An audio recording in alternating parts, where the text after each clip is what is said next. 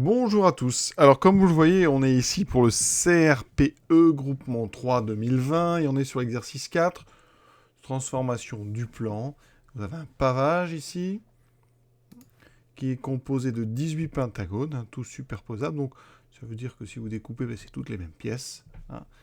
Et on vous demande d'indiquer quelles transformations permettent de passer du pentagone numéro 1 ici en jaune au pentagone numéro 2, puis du pentagone numéro 2 au pentagone numéro 3, quelle est la transformation, et ensuite du pentagone 3 au pentagone numéro 4. Voilà.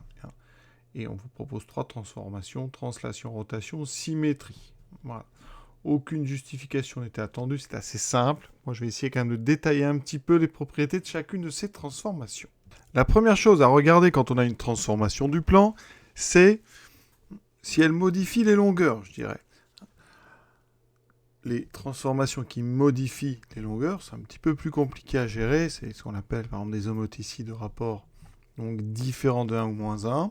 Nous ici, translation, rotation et symétrie, ça fait partie d'un ensemble qui s'appelle les isométries. Ça ne change pas les longueurs. Autrement dit, si le point A par votre transformation est envoyé sur A' et le point B est envoyé sur B', alors eh bien, la longueur AB va être égale à la longueur A', B'. On dit qu'il y a conservation des longueurs. Ça, c'est important. C'est le cas, hein. Translation, rotation et symétrie sont des transformations qui conservent les longueurs. On parle d'isométrie. Regardons un petit peu maintenant en détail chacune des 3 transformations. On a la translation. Dans la translation, il vous faut donc, j'ai le point A, le point B. Ici, c'est l'image de A'. Dès que j'ai l'image de A', eh bien, il se trouve que j'ai l'image de tous les autres parce que, obligatoirement, le quadrilatère AB'B'A' doit être un parallélogramme. D'accord? Donc, translation, ça veut dire que AB eh bien, est forcément parallèle à A'B', que les longueurs sont conservées. Donc, l'image d'une droite est une droite parallèle. Ça, c'est très important. Les rotations, elles, comment est-ce qu'on peut les définir? Alors, les rotations, elles ont déjà un centre et il y a un angle. Donc, pour avoir une rotation, il vous faut un centre, on va l'appeler O. Vous avez votre point A. Eh bien, dire qu'on fait une rotation de centre O d'angle, on va dire θ, ça veut dire qu'ici, quand vous faites l'image donc de A, il faut tourner. Alors, il faudra bien gérer le sens de rotation, mais on tourne ici autour du point O en conservant. Et la longueur OA est égale à la longueur OA'. On a toujours l'angle AOA' qui est égal à θ et on tourne toujours dans le même sens. Ça, c'est donc les rotations. Alors, il y a des rotations particulières, les rotations d'angle donc pi, c'est ce qu'on appelle des symétries centrales. Il existe 2 types de symétries, les symétries centrales et les symétries axiales. Alors, les symétries centrales, donc c'est très simple, vous avez votre point, votre centre, il faut un centre, O. Le point, eh bien l'image du point, c'est A', tel que O, c'est le milieu d'un point et de son image. Donc le milieu de A, du segment A'. Et pour les symétries axiales, il vous faut évidemment un axe. L'image du point A, eh bien, c'est le point A', tel que eh bien, delta est la médiatrice de A'. Donc, les symétries axiales par rapport aux autres, l'image par exemple de AB, eh bien, ça sera une droite A', qui n'est pas forcément, vous voyez, parallèle à AB. Et d'ailleurs, à chaque fois, l'intersection entre une droite et son image se trouve sur la médiatrice. Pour les symétries centrales, l'image d'une droite est une droite parallèle, il n'y a pas de problème. Pour les rotations, comme ça tourne évidemment, l'image d'une droite n'est pas une droite parallèle. Donc on va regarder tout ça maintenant dans notre exercice. Et une dernière chose importante, je vous ai parlé de conservation des longueurs. Eh bien, toutes ces transformations, elles conservent les angles géométriques. D'accord? Ça, c'est très important aussi. C'est-à-dire un angle de 90 degrés, l'image donnera un angle de 90 degrés, et pareil avec tous les degrés. Alors, il y en a qui inversent le sens de rotation, comme les symétries axiales, d'accord. Les trois autres, translation, rotation et symétrie centrale, conservent les sens de rotation. Qu'est-ce qui permet de passer du pentagone 1 au pentagone 2? Alors, regardons le pentagone 1, il y a un seul angle aigu, c'est celui-ci. Donc ici, vous voyez, cet angle aigu, là, vous le retrouvez ici. D'accord? Ça veut dire que dans notre transformation pour aller de 1 à 2, le point A donne le point. Ça veut dire que le point A est un point fixe. Dans une transformation, par exemple dans les translations, il n'y a pas de point fixe, sauf si c'était l'identité. Ici, on voit bien que ça bouge, donc il n'y a pas de point qui est inchangé. Donc ça peut éliminer déjà la translation. Il nous reste rotation ou symétrie.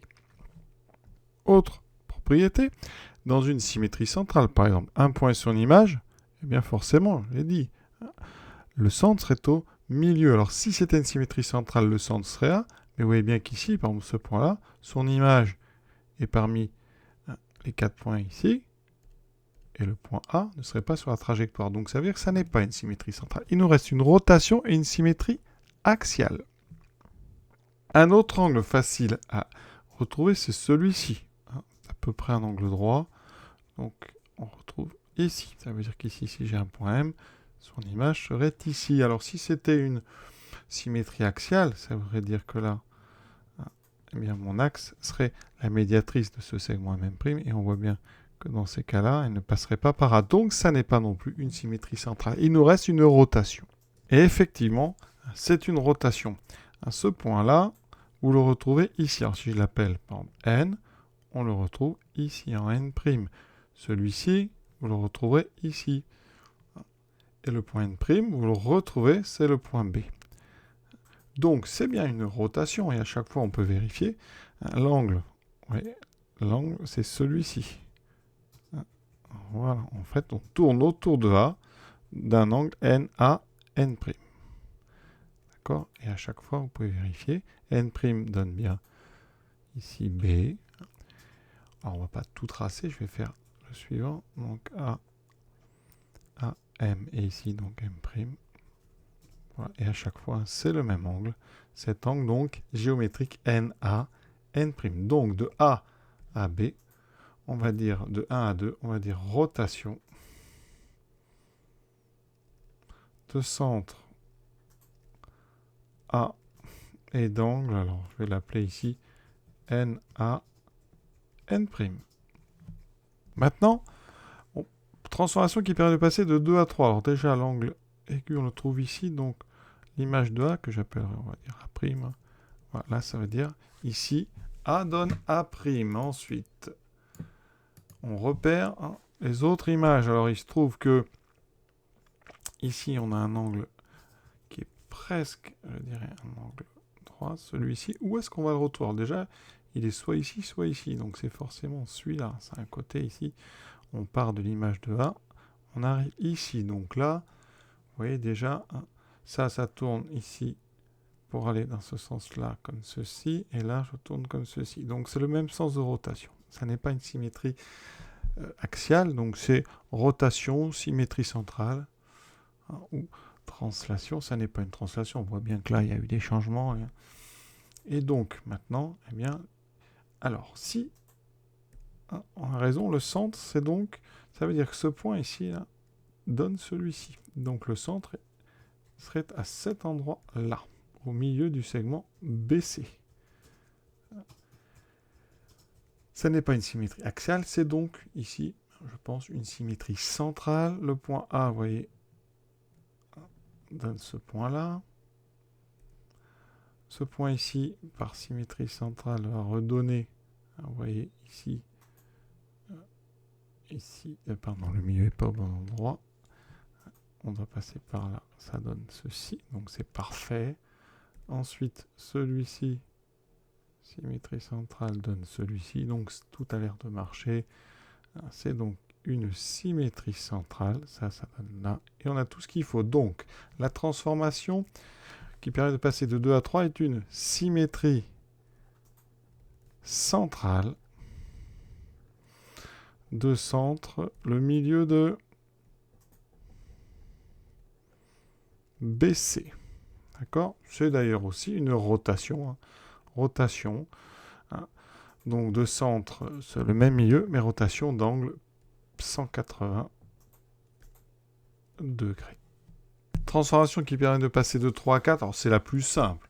On voit bien ici, hein, le polygone est complètement inchangé, mais il est juste représenté plus bas. Hein, d'accord? Ça c'est le premier. Vous voyez bien qu'on a exactement... Il n'y a pas eu du tout de rotation. Hein.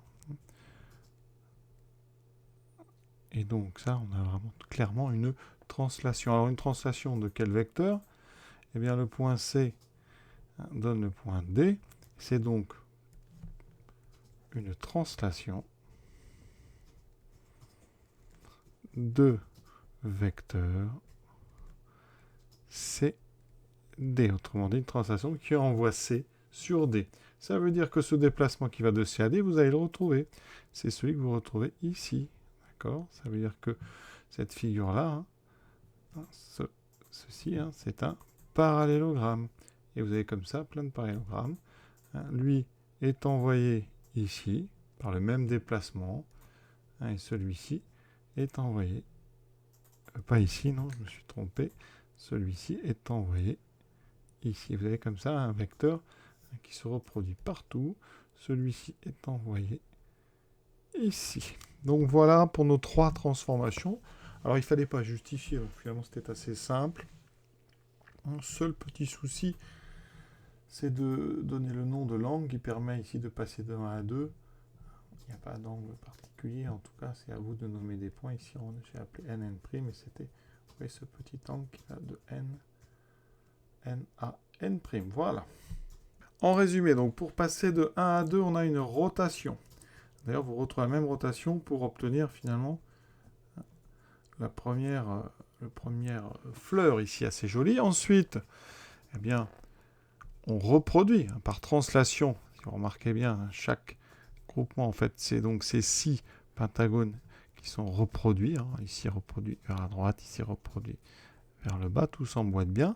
Et donc après, on peut comparer hein, les différentes polygones, pentagones qui apparaissent dans les différentes fleurs. Donc nous, on a eu une première rotation.